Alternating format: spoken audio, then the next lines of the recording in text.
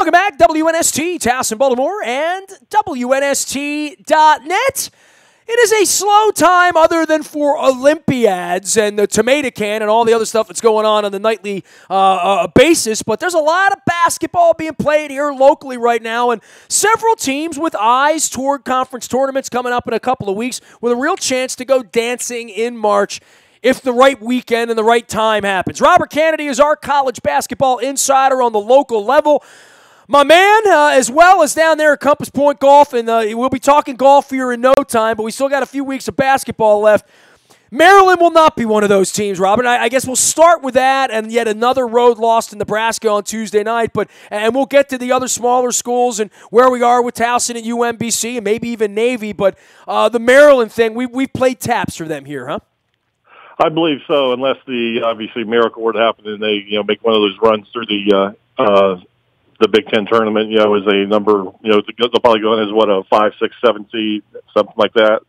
And so short of that happening, they're looking at whether they'd be accepting NIT bid maybe at the best or whatever. So they have 4 games left or 3 games left, and I know they'll try to win those 3, and just see where they go from there. But injuries. It's all about injuries with the Terps. And I know people are screaming at Turgeon and stuff like that. Deion Wiley playing 36 minutes. On nights when he's not, Tomajic is playing. It's not the way they drew it up there, and I know it's disappointing and it leaves a bad taste in everyone's mouth, but for me it's very explainable, and I think the Big Ten's interesting that so many teams have been better than we thought they were going to be, from Ohio State to Michigan to even Nebraska, who's going to sneak into the top 25 here soon. Yeah, and not to be overlooked, injuries is definitely number one factor, but they've played the toughest Big Ten schedule there is. They've played Michigan State twice. They've played Purdue twice, so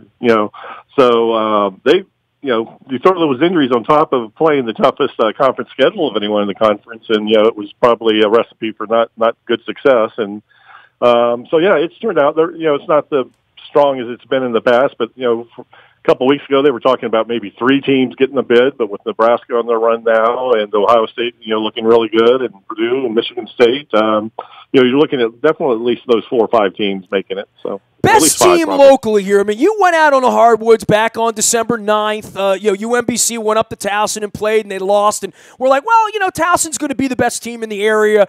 They had the pedigree, certainly coming off of last year, and they've been fine. But the job that's been done down at the UMBC, and I know the new gym opened Super Bowl weekend. I was watching you and everyone else sharing videos and stories. I have not walked in there yet. I'm looking forward to going there next week for the Albany game.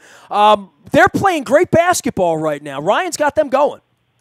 Oh, they are. They absolutely. They've they had that tough loss to Vermont to open the building, and Vermont is head and shoulders above everyone else in that league, and they're going to win the league. 30 for crying out loud, right? Exactly. They're so UMBC will have to go through them again if they're going to win that conference tournament and get the bid, but.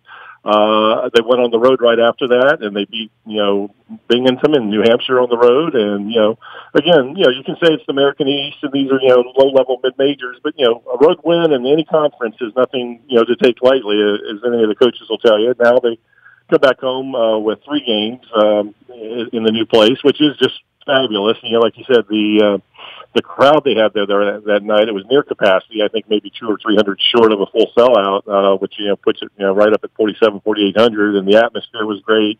Ryan said afterwards it was just everything they envisioned, and he hopes it carries over. So it'll be interesting to see what type of crowd they do get out there in the next couple games. Well, I'll be there Sunday. They tip 1:00 Sunday against Albany. I'm going to come down and visit and get my first taste of the new Retriever Fever Center down there and hit the dog pound and all that stuff. But I've been listening and hearing about it for 3 years. I literally, Robert, I never saw the plans for it. You know how close I am with Pete Caringi and those guys down there.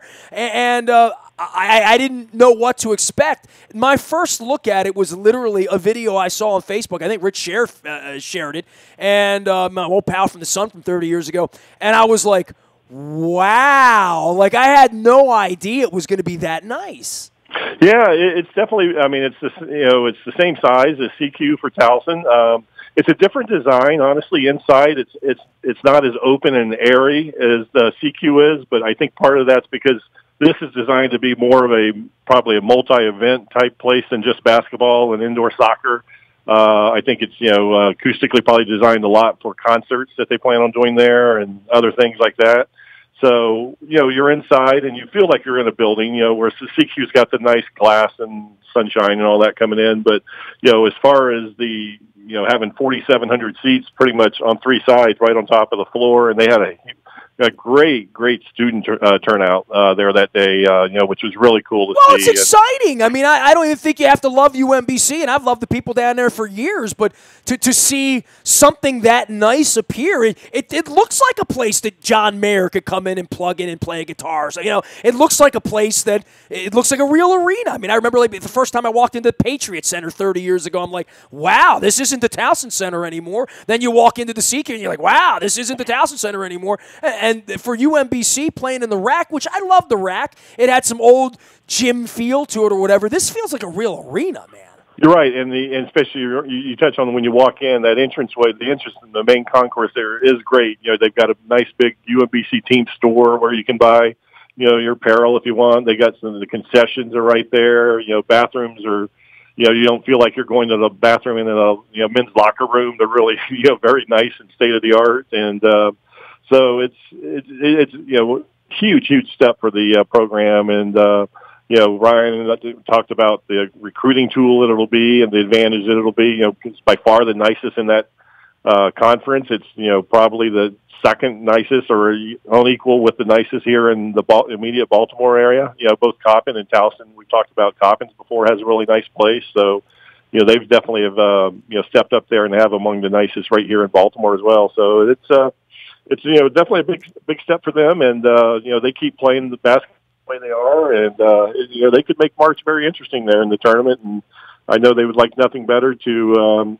if they don't make it, if they don't beat Vermont, they're probably going to be looking at one of the pay for play tournaments, the CIT or CBI, and what a great place that they have as a bargaining chip to come there and play it. So they may be hosting a postseason game there, if things don't work out in the conference tournament. Tough times for Towson right now. You talk a little bit about, what Pat's gone through over there. Win one, lose one, win one, lose one. And the ones they win, they're scoring in the 90s, right? So, I mean, there are nights where they are a scoring machine, but certainly lacking defensively on a lot of nights as well. Absolutely, and you touched on it there. I mean, after the 10-1 start, it's just nothing but disappointing for them. Since then, I think 7-9. I just certainly didn't see that coming. I know Pat didn't.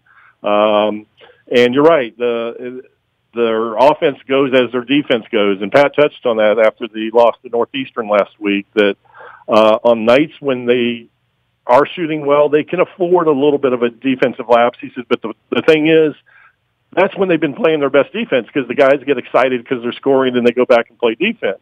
Well, nights where they struggle a little bit offensively, they've got then no desire to play defense. And, that's not a good recipe. If you're not scoring, then, you need to at least get back and play defense. So that's got them really perplexed. And, you said the message isn't getting across, and which is disappointing because I asked them, how disappointing is that with a senior-laden team? They've got as experienced this team as they've had there in years. With the Morcell and Eddie Keith and Brian Starr as the seniors. And those are the guys you rely on. Last year they had John Davis, even though he wasn't playing. He had that tragic, not tragic. He's walking around and he's fine now. But the uneventful, the bad event where he got shot in the leg and ended up missing the last 10 games of the season or so. At least he was there from a leader standpoint on the bench and into practices and everything, to keep things going. And this year they seem to be lacking that. I mean, they've got Zane Martin, who's near the top of the conference in scoring, and Morcell is a senior. He just moved into the top 10 all-time scoring list for Towson last week. So, but they just don't seem to have that guy that's going to grab everyone by the jersey and say, hey, let's buckle down and get this done. So, yeah, they're going to go into the tournament not necessarily. I mean, they've got 4 games left, I guess, before their conference tournament, and they probably should win at least 2 of them, realistically 3, and maybe get it righted and go in on a good run. So, but it's definitely disappointing after that 10-1 start, and receiving the top 25 AP vote and being ranked in the top 100 RPI and all the stuff that came with it. As Pat said, they definitely didn't handle prosperity very well. He is Robert Canady. He is Buckets and Birds out on Twitter. Almost golf season, right? Getting close for you guys down at Compass Point, right? It is. Even though it's February, we still have a few days sneaking out here, of late where the weather's been good and people are getting out. And, before we know it, we've got an event coming up in March. It's our Irish Open. I did not know this. When are you doing this? We're doing it the Saturday before St. Patrick's Day, so I think that's March 10th, I believe, if I'm thinking right on the calendar. It's a chance to come out. It's a team format, so you can come out with your buddies, play a scramble tournament, and then we'll have lots of green beer flowing. It seems like every event we're here we have the beer flowing. There's golf and beer seem to go together. Oh, I'm on the website here. It says $1 Million Shootout. What's that all about? Oh yeah, so everyone that plays there will have a chance. We'll draw a name at random, and that person will have a chance to go out after it's over to one of the holes. They'll tee the ball up at 150 yards out, about the distance of a par 3, and they'll have one shot to hole it out for $1 million. That's kind of exciting, and everyone that participated in the tournament, will be out there watching because we're not going to draw the name, I believe, until everyone's out there. So we get the pressure of having maybe 100 and some people watching you try to make a hole in one for $1 million.